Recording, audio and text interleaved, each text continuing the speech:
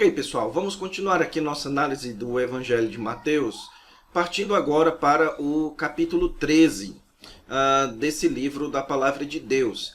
E para que você lembre bem aqui o que é que nós estamos estudando, nós estamos nessa seção do Evangelho de Mateus que trata aqui da oposição ao rei, do começo da oposição decisiva que haveria de se colocar sobre Jesus, tanto pela maior parte da população judaica, dos judeus da sua época, mas especialmente de maneira organizada pelos líderes, os líderes religiosos, no caso os fariseus e os escribas. Então no capítulo 11 você tem ali a ênfase no questionamento de João Batista, e Jesus então responde o questionamento de João Batista, mas no capítulo 12 você tem os questionamentos dos líderes judaicos, dos escribas e dos fariseus. Esses questionamentos dizem respeito ao sábado, dizem respeito também à autoridade de Jesus para expelir demônios, e diz respeito também ao fato de Jesus dar um sinal. Agora, o mais importante, eu enfatizei isso na aula passada e tenho enfatizado em todas as aulas aqui dentro dessa sessão, que o mais importante de você lembrar a respeito aqui dos capítulos 11 a 13 é que Jesus coloca a razão da rejeição a ele em cima das expectativas erradas dos judeus. Jesus não era o Messias e não trouxe o reino que eles esperavam. Isso ficou muito bem configurado no questionamento de João Batista, certo? Então, o próprio João Batista tinha dúvidas em relação a se Jesus era de fato aquilo que se esperava a respeito dele. Obviamente que a resposta de Jesus, ela satisfaz João Batista, mas quando o Senhor Jesus Cristo diz que essa geração ela é como crianças que querem que a brincadeira seja do jeito delas. Então, o problema ali é que os fariseus não queriam o Messias como Jesus era, e não queriam o reino como Jesus estava trazendo. Então, Jesus ele era aquele que iria tornar algumas coisas obsoletas, como o caso da questão do sábado, e também a cura no sábado, certo? Então, isso mostra, ou isso vai demolir aqui as autoridades judaicas, aquilo que eles haviam colocado. Então, como o próprio Evangelho de João já falou também, que a razão pela qual eles crucificaram Jesus foi por inveja, certo? Então, por inveja, eles crucificaram a Jesus, porque Jesus não era o Messias que eles esperavam. Jesus era um Messias que desafiava a autoridade deles. Então, você tem aqui a autoridade de Jesus, as autoridades judaicas, e então um choque aqui, e esse choque gera uma oposição definitiva a partir do capítulo 11. E então tudo isso leva ao capítulo 13, que tem aqui o terceiro discurso de Jesus. Você deve se lembrar que o primeiro discurso de Jesus foi o Sermão do Monte, e então o segundo discurso de Jesus foi o seu sermão ali aos seus discípulos, antes de mandá-los a uma jornada missionária, ok? E agora nós chegamos então ao terceiro grande discurso de Jesus. Como é que nós sabemos demarcar os discursos? O próprio Mateus demarca ele para nós, porque ao final de cada discurso ele diz: tendo Jesus dito estas palavras, partiu dali para algum lugar, ok? Então essa é a marcação de Mateus do final de cada um dos discursos. E esse terceiro discurso de Jesus, ele então apresenta aqui pela primeira vez no Evangelho de Mateus o método predileto de Jesus ensinar, que era por meio de parábolas, certo? Então o terceiro discurso de Jesus é um discurso centrado no uso de parábolas. Nós já tivemos algumas parábolas esparsas, pequenas, aqui no que Jesus falou anteriormente. Volta e meia, você deve se lembrar que eu mencionei para vocês. Então aqui Jesus está usando uma parábola, mas tudo muito curto, certo? Agora Jesus vai utilizar várias parábolas para ilustrar o seu ensino a respeito dele mesmo e do reino. Então, aquilo que Jesus não explicou em detalhes para João Batista no capítulo 11, e aquilo que Jesus não quis dar para os judeus no capítulo 12, que foi um sinal de que ele é o Messias, agora Jesus ele vai ensinar. Então, Mateus capítulo 13, pessoal, é certamente o texto mais importante de todo o Novo Testamento para a nossa compreensão da natureza do reino trazido por Jesus, certo? Então, lembre-se que Mateus, quando escreveu esse evangelho, ele escreveu para lidar com essa questão, que era uma questão tipicamente dos judeus. Se Jesus é o Messias, cadê o seu reino? Então é em Mateus capítulo 13 que nós temos a principal resposta para essa questão. Então, qual é a natureza do reino? Como esse reino é trazido por Jesus? Então, aqui nós temos a principal resposta para João Batista, a principal resposta para os judeus da sua época, da época de Mateus, ok? E aqui nós temos, então, o principal texto para nos ajudar a entender a natureza do reino de Deus trazido por Jesus Cristo na sua primeira vinda, certo? E antes da gente começar a estudar o texto, é bom falar um pouco a respeito desse gênero literário que é o gênero de parábola. A definição mais simples que nós podemos dar para uma parábola é que a parábola é uma ilustração retirada do cotidiano das pessoas para ensinar uma verdade ética ou religiosa, certo? Então essa é uma definição de Robert Mouse, que eu achei muito interessante. Então, essa é a principal definição de parábola. Então, na época de Jesus, os rabinos e os mestres, eles utilizavam muitas formas de ensinar. Você tinha enigmas, você tinha fábulas, e o gênero principal, ou mais querido pelo Senhor Jesus Cristo, ou mais utilizado, era o gênero de parábola, certo? Então, parábolas eram histórias didáticas que procuravam ensinar uma verdade comum. Agora, as parábolas do Senhor Jesus Cristo, nós vamos descobrir ainda nessa aula, pelo texto de Mateus capítulo 13, que elas tinham um elemento distintivo. Então você tem parábolas de Jesus que elas são parábolas para ilustração normal, como por exemplo, você tem a parábola do bom pastor, Jesus contando ali uma história de um bom pastor. Ou então a parábola que Jesus conta das crianças tocando flautas e vocês não dançaram. Então tudo isso são histórias do cotidiano. Agora, algumas parábolas de Jesus, elas possuem um elemento que é um elemento de ocultar certas verdades. Então, Jesus conta certas parábolas justamente para não ser entendido por alguns, ok? E esse é um elemento distintivo aqui das parábolas do reino. Sem a devida explicação de Jesus, então nós não conseguiríamos entender o que ele estava significando. Para nós, no século 21, que já lemos as Escrituras, que já temos ouvido pregações, que já temos lido livros, então fica fácil para a gente compreender o que é que Jesus está falando. Mas é preciso que você se coloque no lugar do judeu comum daquela época. Você então escutar Jesus do nada contar uma história que um semeador saiu a semear, parte da semente caiu em um canto, parte da semente caiu em outro.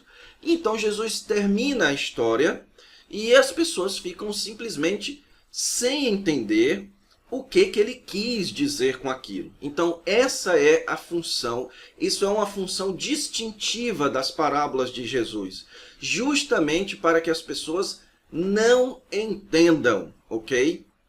E você então se pergunta, como é que Jesus ele conta histórias para que pessoas não entendam? Por conta dos capítulos 11 e 12, por causa da oposição de Jesus. A oposição a Jesus leva então a Jesus utilizar um método de ensino que ele depois possa explicar apenas para os seus discípulos, ok? Então, tudo isso eu vou comentar um pouco mais à frente, mas por hora é só importante que você saiba que essa questão do gênero literário de parábola, certo? Então, indo aqui agora, partindo para o texto, Mateus capítulo 13, então, começa aqui o terceiro discurso de Jesus, que é o discurso das parábolas do reino.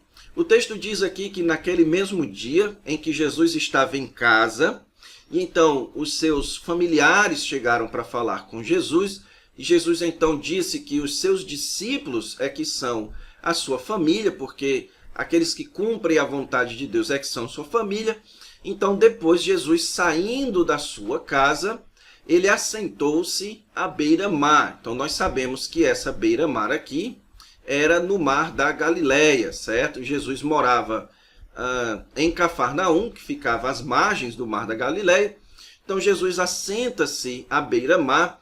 Um dado de curiosidade aqui é que já foram feitos experimentos científicos para entender um pouco da acústica ali da beira-mar, do mar da Galileia, e de fato já foi demonstrado que existe uma acústica muito boa ali à beira-mar. Por isso que Jesus ele escolhia aquele lugar para proferir alguns de seus discursos.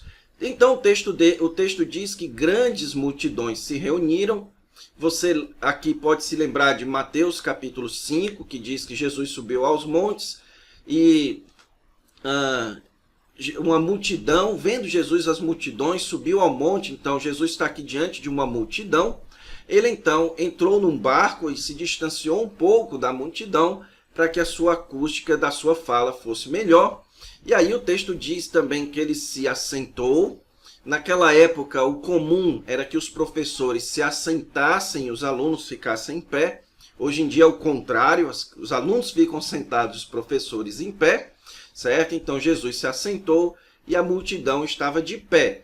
Então o texto diz que ele falou muitas coisas por parábolas. E aqui nós temos então Mateus indo descrever quais são essas parábolas, ou pelo menos uma seleção dessas parábolas que Jesus ele proferiu. Então você tem aqui um discurso formado por parábolas. E a primeira parábola que Jesus conta é a parábola do semeador. Eis que o semeador saiu a semear. Então aqui você tem a primeira parábola contada por Jesus aqui no seu discurso. A parábola ela é uma parábola simples, ela é uma parábola que a única dificuldade que nós temos para entender a parábola, não o significado dela, é se nós entendermos um pouco do contexto ali histórico da sua época.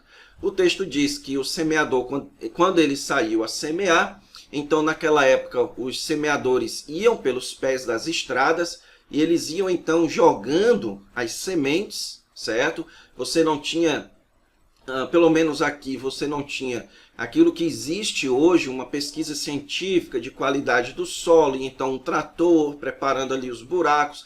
Não, simplesmente os semeadores iam jogando as sementes, e aí o texto diz que uma parte caía à beira do caminho, e a gente sabe aqui que à beira do caminho, o caminho era por onde passavam os moradores das aldeias, certo? E então elas acabavam sendo comidas pelas árvores, pelas aves, então ali tinha uma incidência grande de pessoas que tornava aquele solo infértil. Então os grãos eles não as sementes elas não cultivavam e por isso os pássaros iam para lá e comiam, ok? Eles não, como a semente não ficava debaixo da terra, os pássaros iam lá e comiam. Outro diz aqui que ela caiu em solo rochoso, algo muito comum naquela época. Então a maior parte do solo de Israel é uma camada de terra sobre rochas. Então alguma parte das sementes acabavam caindo nesse tipo de camada.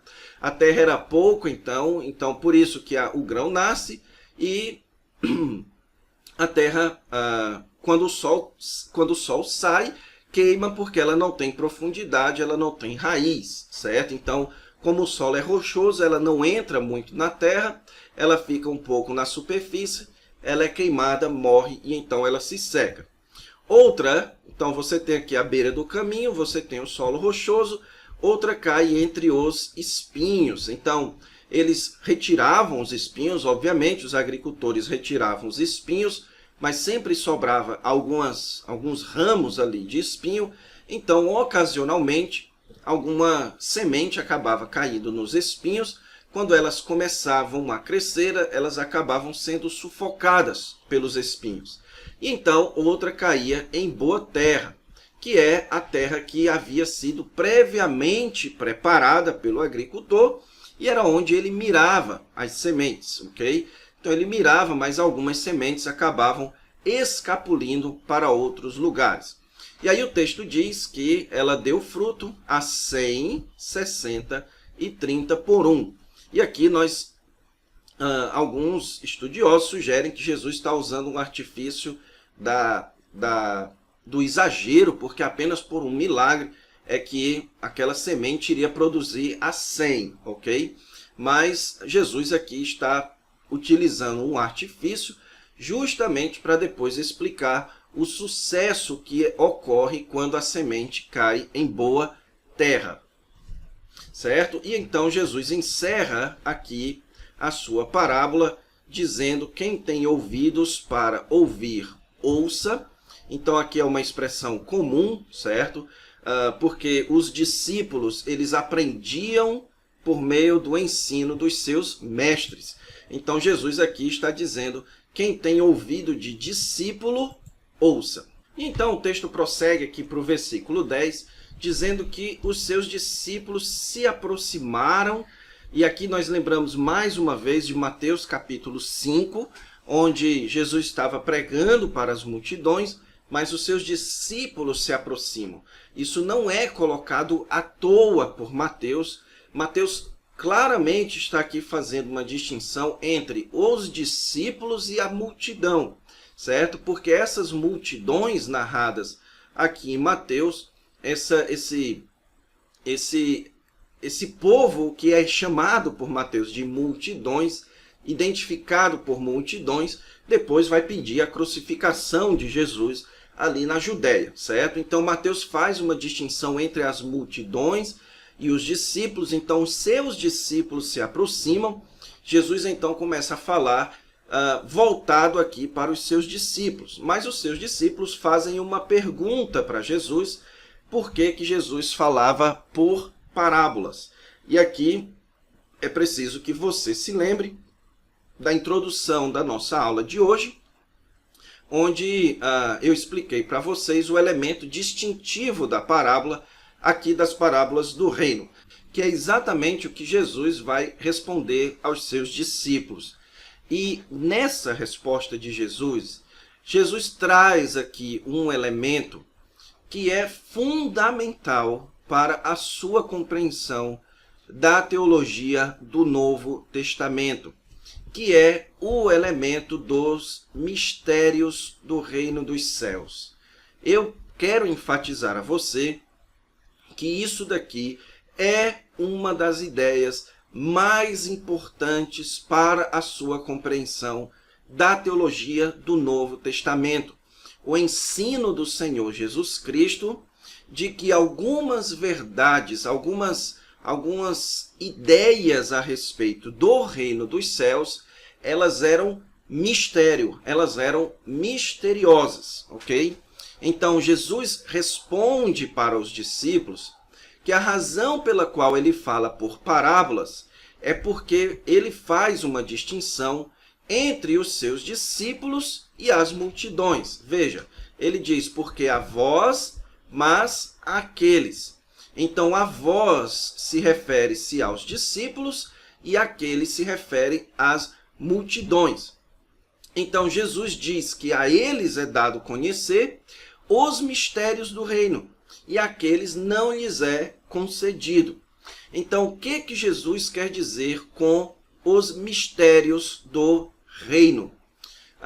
Deixe-me voltar aqui para os gráficos que eu tenho feito aqui para ilustrar isso a vocês, certo? Então, você tem aqui a linha do tempo da história, você tem aqui representado pela cruz a vinda do Messias, e então eu já disse a vocês que aqui você tem o período da promessa, e aqui no Novo Testamento você tem o período do cumprimento, certo? Então, no período da promessa, você tinha muitas profecias a respeito da chegada do reino. Então, aqui você tinha muitas profecias, certo?